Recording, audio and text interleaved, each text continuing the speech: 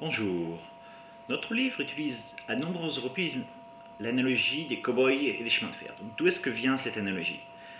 Et lorsqu'on dit que quelqu'un est un cow-boy, on parle de méthode de cow-boy, c'est généralement péjoratif, mais ça montre les mêmes caractéristiques, c'est-à-dire quelqu'un qui fonce parfois à la bonne franquette, sans trop planifier et certainement pas en se souciant des autorisations.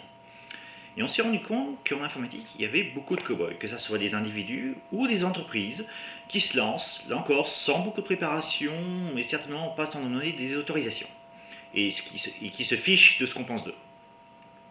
Et donc on a recherché, pour cette analogie, on a recherché quel est l'inverse des cow-boys. Et l'histoire du Far West a montré que les cow-boys ont été petit à petit remplacés par les chemins de fer pour acheminer le bétail. Et cette dualité entre les cow-boys et les chemins de fer représente vraiment exactement ce qu'on voit en informatique. C'est-à-dire que d'un côté, des organisations entre guillemets chemins de fer, des grosses organisations, grosses équipes, beaucoup de planification, beaucoup de demandes des autorisations. Par exemple, lorsqu'une entreprise d'une certaine taille décide de s'attaquer à un nouveau marché, il y a tout un processus.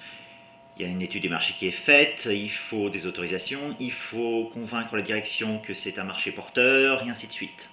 Donc tout ça, le résultat est carré, mais c'est très lourd. Et de l'autre côté, on a les entrepreneurs qui seraient les cow-boys. Et quand un entrepreneur décide de s'attaquer, de se lancer, il ne fait pas d'étude de marché. Si l'étude de marché était positive, les grosses entreprises seraient déjà là. Il y va grandement à l'instinct. Il a une vision que les autres ne voient pas, il s'en fiche, il fonce. Évidemment, les bons entrepreneurs savent être flexibles.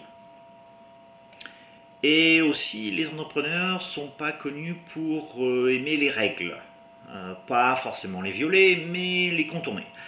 Par exemple, plusieurs entreprises informatiques qui ont eu du succès, à leur début, ont embauché des figurants pour faire croire à des prospects qui venaient leur rendre visite qu'ils étaient très actifs. C'est un exemple de mentalité de cow-boy.